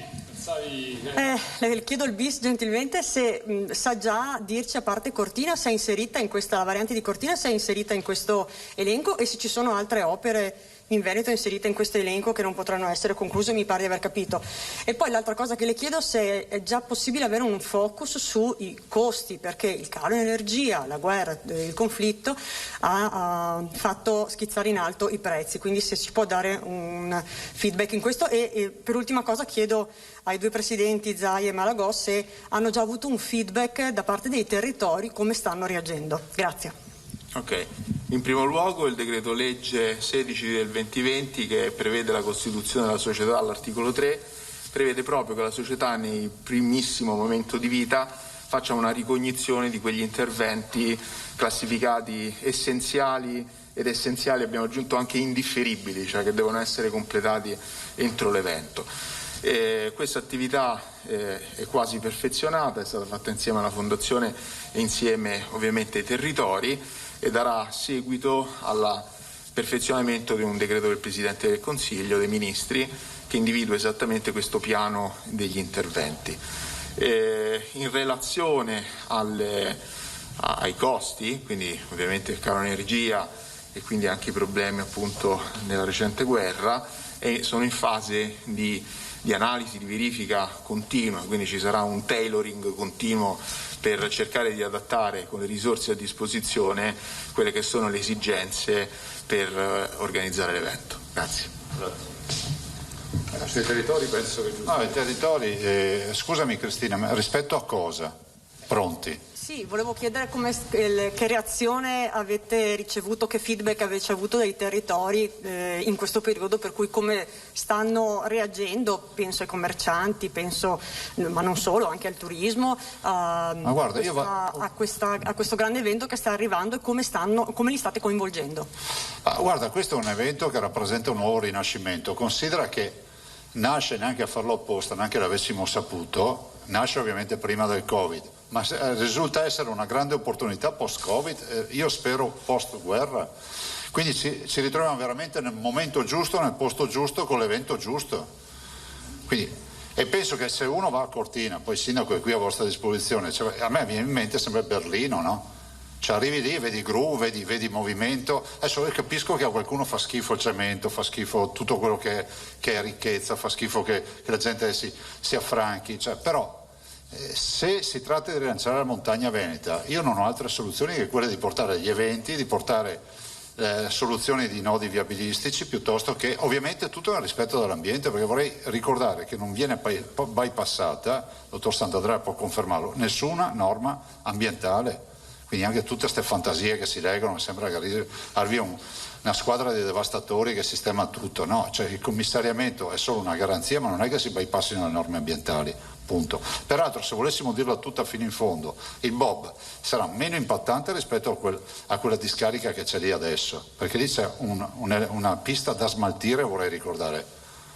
Cioè qualcuno magari c'ha questa visione romantica perché vede un po' di verde, ma lì in mezzo c'è una pista e sono rifiuti da smaltire che ci costeranno 10-12 milioni di euro solo la bonifica di quelle aree. Sarà meno impattante perché sarà meno invasiva la pista rispetto all'attuale e sarà un'occasione per bonificare tutta quell'area e ridare ovviamente, integrarla molto di più rispetto all'ambiente. Ovvio che se non ci fosse stato il Bob e non fosse mai esistito, mai nessuno avrebbe pensato di fare il Bob a Cortina, ma è il più vecchio Bob del mondo, fra l'altro, 1928. Guarda, sui costi noi abbiamo spannometricamente ormai la certezza che avremo circa un 25-30% sui cantieri, e quindi faccio appello al governo rispetto alla revisione di tutto quello che sono gli stanziamenti, perché oggettivamente sono tutti bravi a fare i conti e a far polemiche, però voglio ricordare che come è cambiata la bolletta a casa nostra, cambia anche il costo aziendale per un'azienda come quella che è una istituzione come la nostra, cioè tutti i cantieri hanno un 25-30% in più di costi, perché il ferro è triplicato, quindi l'acciaio è triplicato, perché i costi di energia, perché la manodopera, perché. Speriamo che si torni subito alla normalità, perché altrimenti veramente ci costerà un 25-30% in più. Chiuderei qui, ragazzi. Grazie. Grazie, buona giornata e grazie ancora agli atleti, grazie. In bocca al lupo a tutti.